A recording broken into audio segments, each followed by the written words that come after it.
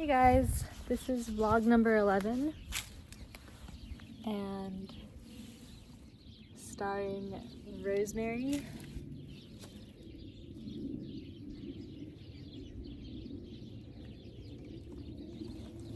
Okay,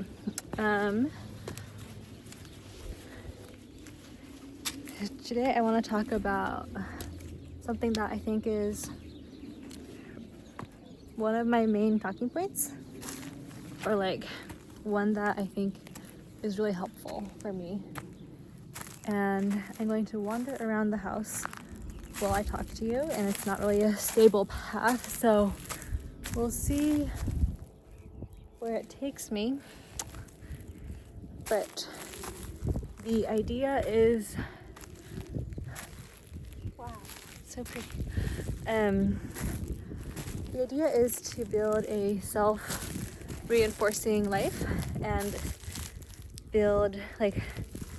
develop a sense for self-reinforcing systems and design these systems, nudge the systems you're in to stop leaking so much emotions, energy, straight up commuting, that kind of stuff, so that you have a life that is geared towards, your life itself is designed in a way that it turns towards reinforcing itself and nurturing itself and becoming more and more sustainable, and giving you energy back instead of just leaking it all over the place and sapping it or whatnot. So I'll give two contextual examples, then a bunch of just life examples. The way I first came across this or thought about this is, and also I'm on this hillside and trying to figure out where to walk. All right. The context is that I think the first time I sort of had this feeling was I was in a business strategy class, and we were studying Southwest Airlines as a case study. And basically Southwest had managed to cut costs and have a consistent competitive edge over other airlines, and we took a look at how what kind of tactics they took to achieve this, and it kind of mapped out this web. It was 5 or 6 nodes that all fed each other, and by feeding each other I mean it was something, I can reference it later, but it was something because Southwest had this policy of you don't have assigned seating, and back then all the airlines had assigned seating. You can just walk in and pick whatever seat you want, and that allowed for a faster boarding time. And Southwest also had this one of the other nodes was prioritizing a really fast turnaround time, and so this seating policy also made it easier to have a fast turnaround time. And there were a bunch of other things similar to this that overall helped Southwest cut costs and build goodwill and whatnot. So I thought that was really interesting, just the way the frame or the pattern made it easier to succeed over time, because every node or tactic was feeding the others. Another contextual example or just reference is a pattern language by Christopher Alexander, and I talk about this a lot, but the idea that the world is made of these patterns. Some are more alive, some are more dead, but the philosophy being that a pattern should heal the ecosystem of patterns that lives within it, and also heal the ecosystem that it belongs to. So those are my two contextual examples. Then I'll go into like my actual life and how it helps me. So I see my friend down there, so but yeah, so like one example is basically when I looked for jobs, I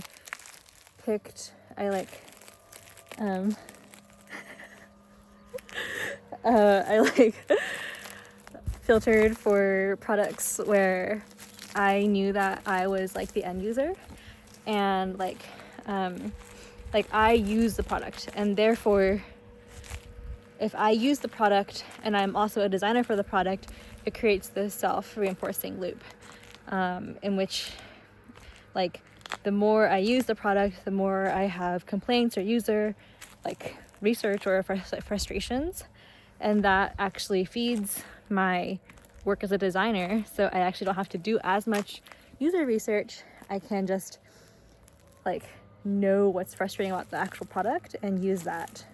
And so it makes my life easier as a designer. Then as a designer, like the fact that I am making this product better and designing it to be easier makes my life easier as a user of the product. So it's just like here is an example of one self-reinforcing loop. And that, I guess, is like very similar to, I get like if I work at a company where I use their product, and let's say like they're like, yes, you can use our product for free, use it in your side projects, then like my side projects or my creative projects where I like chose this company because I liked the product in the first place, now I can use it in my free time, and I'm kind of helping my life with work, and at the same time when I work I am helping my life creatively, and this is really great, especially because I think what happens usually is like your work has nothing to do with your personal life or creative output, and so it's not feeding each other, and so you're actually like losing some energy, or you're not giving yourself energy back. Yeah. Oh my gosh, my friends are all down there. Okay, so that's another example. Let me show you the view.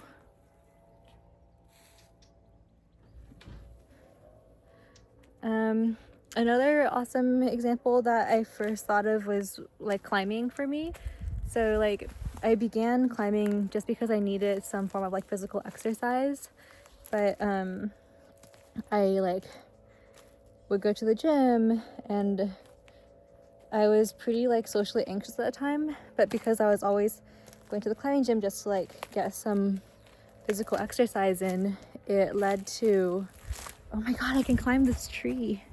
Okay, we're gonna do that. It led to like me socializing and making some friends, and so there's like just the act of going to the climbing gym feeds multiple needs for me.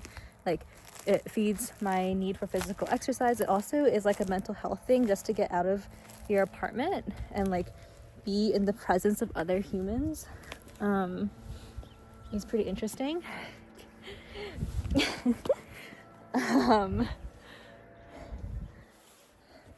Cool. My first vlog from a tree. And then also I would make friends at the gym, so now when I'm going to the climbing gym, I'm also like getting some social interactions in, and then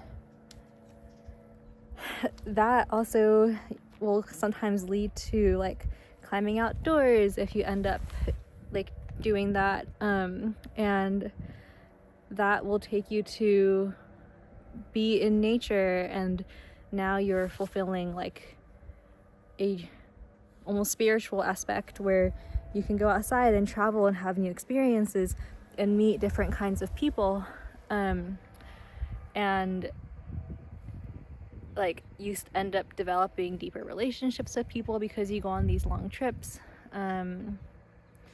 You can also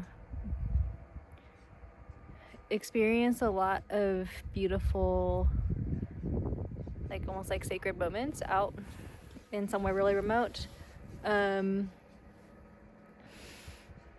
Yeah, so again, like climbing has just hit like physical activity, socializing, mental health,